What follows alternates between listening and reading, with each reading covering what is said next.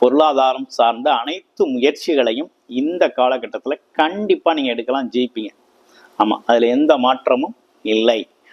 ஏன்னா இவ்வளவு நாளா கொஞ்சம் இருந்தாச்சு, அதை செய்யலாம் இதை செய்யலாம் அப்படிங்கிற ஒரு திங்கிங்லேயே நம்ம வாழ்க்கை போயிடுச்சு. ஆனா இந்த காலகட்டத்துல திட்டமிட்டதை நீங்க செஞ்சீங்க அப்படின்னா அதன் மூலமாக பொருள் வரவு அப்படிங்கிற ஒரு விஷயம் ரொம்ப நல்லா இருக்கக்கூடிய ஒரு அமைப்பு இருக்குது.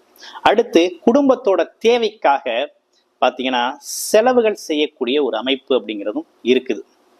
குடும்பத்துல குழந்தைகளுக்கு முக்கியமாக குழந்தைகளோட தேவைகளுக்காக முக்கிய செலவுகளை செய்யக்கூடிய ஒரு விஷயமும் வருது. அடுத்து வேற என்ன சிறப்புகள் இருக்கு அப்படின்னா, தந்தை வழி